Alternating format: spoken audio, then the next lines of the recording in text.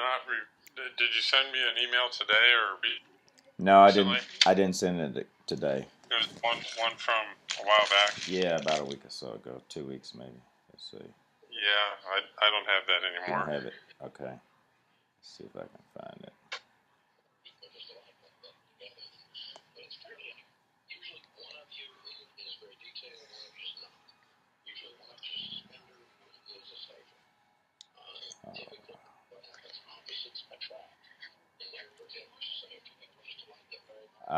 I need a minute to find it.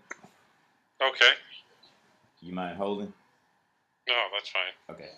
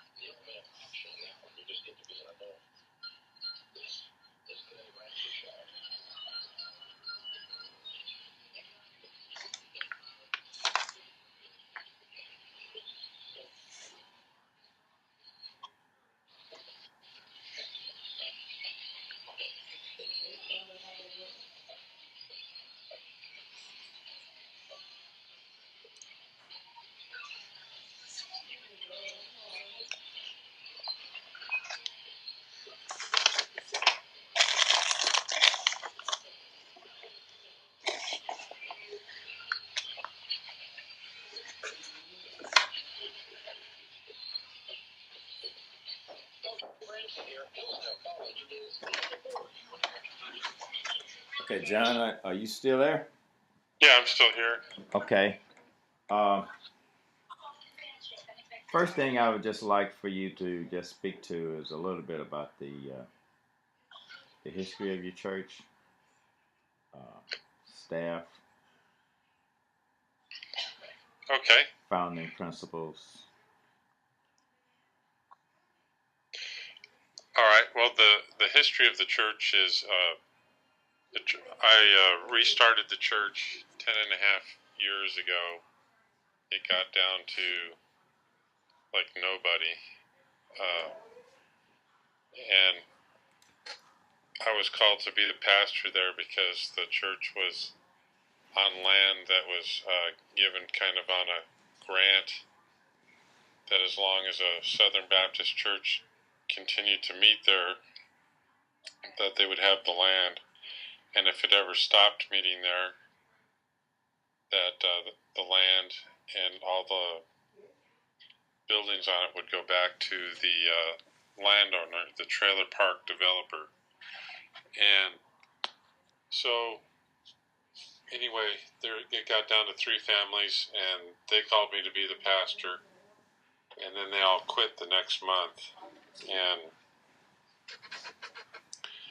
so I was wondering if I had said something wrong or done something wrong. And what it was that they didn't feel they could sustain the church, even pay the utilities. And so they quit, and felt like if they had a pastor there, that the church would continue to meet there. Mm-hmm. So here I am on my own, a month into it there in October of 03. And so when you talk about founding principles, I really didn't see that coming. So what I did was I did an evangelistic survey of the neighborhood and found what the community thought the greatest need for church would be. And it was 90% of the respondents indicated that work needed to be done with children and youth in the neighborhood. Okay. And so we just took the results of that survey and and prayed about it. And it was an evangelistic survey also, so we had led a couple people to the Lord.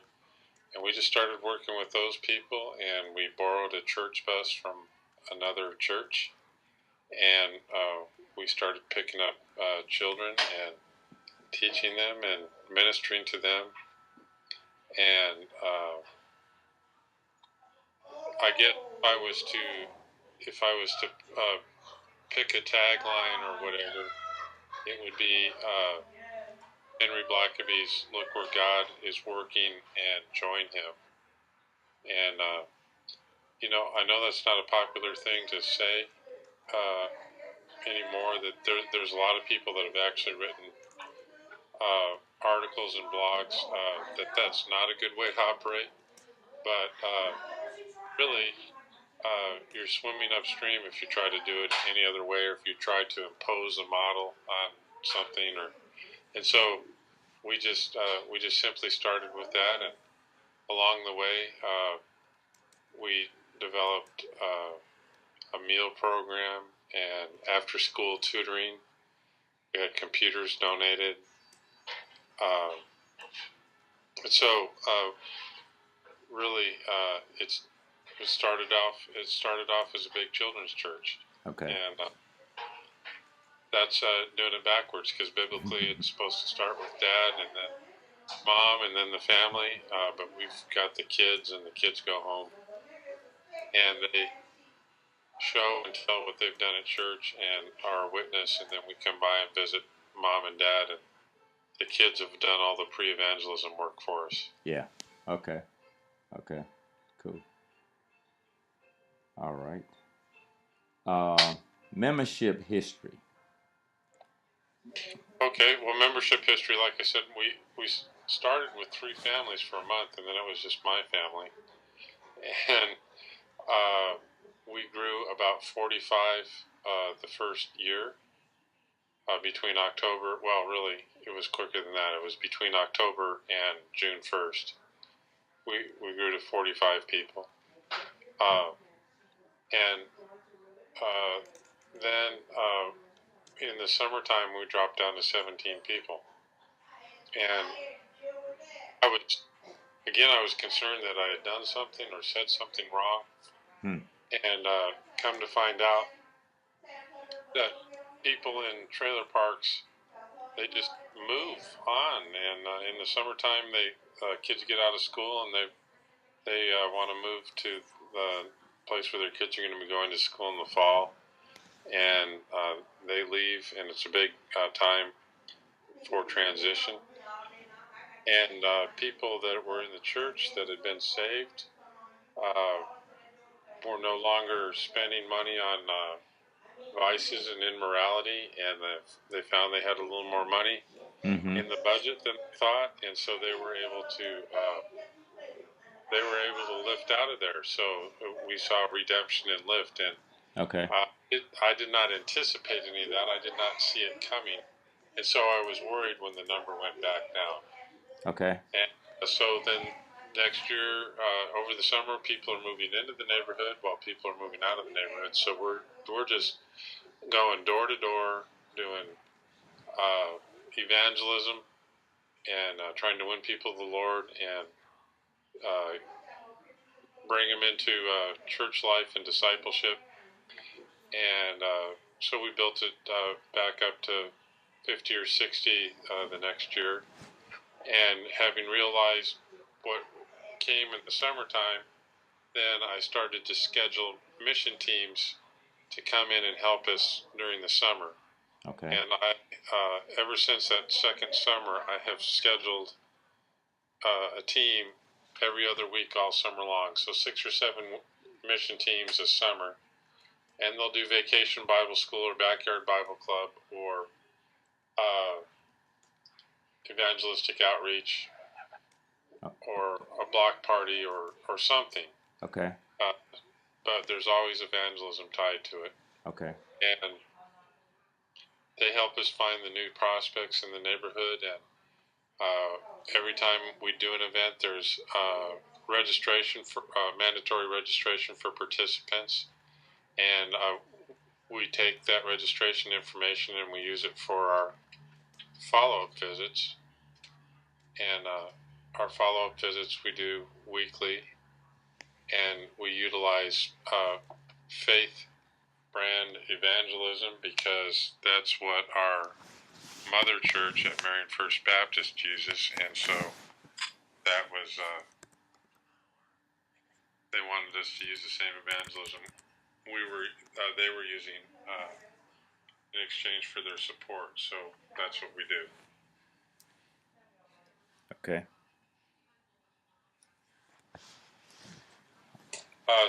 Anyway, church history as far as numbers,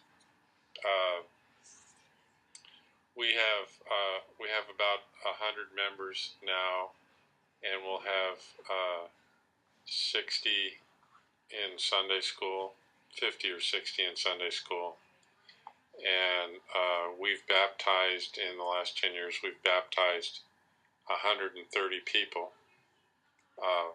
and they're not all around there anymore because, like I say, they have a lot of them have moved off. Okay. All right. So let's see. Year one, that would be 2003. Yeah, 2003, October of 2003 to October of 2004. Okay. And you still there? Okay. Yeah, I can see you now. All right. So a number for year two would be 50 to 60. Year three. Yeah, then we just start all over. We go down to about 20 in the summer, and we bounce back up. So just basically, and maybe a few more every year, and now we pretty much carry 100 members, and we'll see 50 or 60 of them a week. Okay. All right. And it's pretty. If you were to graph it, it would be pretty much like a straight line curve of going from just my family that first year to about 100 now here after 10 years. Okay. All right. And the percentage that attend Sunday school? I would say 60%. 60% Sunday school attends. Okay. And that's been pretty consistent?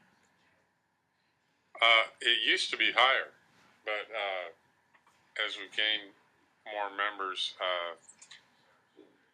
the first couple of years, it was 100% because, that's just how we did things. Mm-hmm. And, we were trying to do Sunday school and discipleship all at once. And, if you were going to be new in the Lord, you pretty much had to be there. Yeah. Okay. So you gradually got down to the 60% currently as the membership grew. Okay. Right. Okay. All right. What I would call a core group. Our core group is 60. Okay.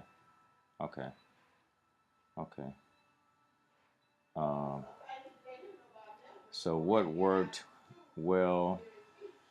I guess you probably have already spoken to that, and that's the survey and then implementing the programs that you implemented as a result of the survey. Yeah, the summer mission teams. Yeah. The summer mission teams developing contacts with us. You have some of these mission teams that came had 100 people in them. Okay. And you turn 100 people loose in a trailer park where the population is 1,000. Yeah. And it makes our church look huge. Yeah. And it makes our church like it's multifaceted, and we're able to make a lot of contacts, and then and even gauge interest from the contacts that we have, and we're able to follow up with the ones that seem to have the best potential. Okay. But it takes me all year sometimes to follow up what teams have done for us in the summer. Okay. What did not work? Okay. I see you real well. Yeah. Well, you'd like to think everything you touch is golden, but I guess the things that really didn't work were giveaway things. Mm-hmm. First couple of years, I did an Easter egg hunt, and I'm not even into Easter eggs anymore. But we would have people come up, and we would try to do a sermon, before we turned the kids loose. Yeah. And families just couldn't sit still to even hear even a quick gospel track. Yeah. So we don't do anything like for Easter children candy anymore. Okay. Just keep it focused on the resurrection. And then, but at back to school time, we used to do a sermon, and we give away book bags full of school supplies every year, and they wouldn't sit still for that sermon. So what we did is we started having the registration outside of the building, and then we brought families into the vestibule, and we took prayer requests from them, and we prayed over each member of the family in person. Okay. And gave out tracts, and that's very powerful. I have a lot of people tell me that was really meaningful for them, very significant. Okay.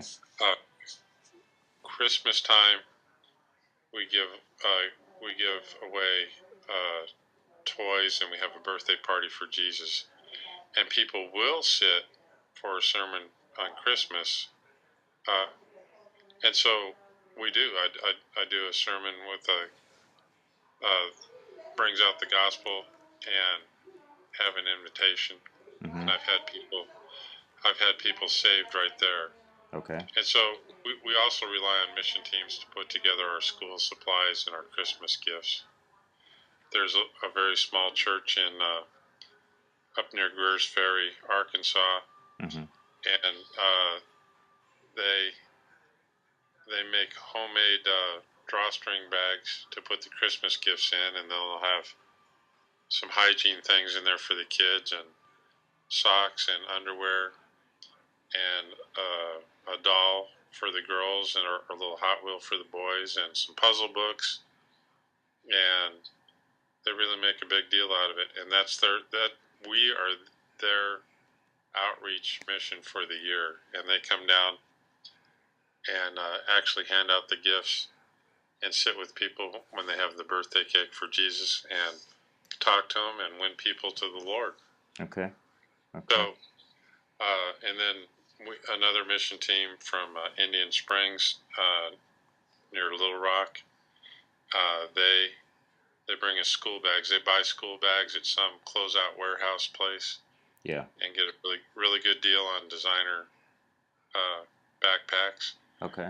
And they gather school supplies, and they come up early in the morning on a Saturday, and we line it all up like an assembly line, and we stuff backpacks, and that takes about an hour. And when we're done doing that, we open the doors to the public, and like I mentioned a minute ago, we have registration outside, and then they step in for prayer, and then the kids can go into the church house and pick out a backpack that's appropriate for their grade, and is appropriate meaning it has the right school supplies for their school in there, and those things work really well. But when you're inviting kids, there's a real control issue as far as how long they'll sit still, because they're unchurched. The whole family's unchurched usually, and so they're not used to sitting there for a 20-minute sermon. So right. Like at Christmas time, it's a quick Christmas carol. We sang, Silent Night. Yeah. Last year, and I told the story about Herod and the slaughter of the babies and the wise men, and made a gospel invitation, and had a couple respond to that. Okay.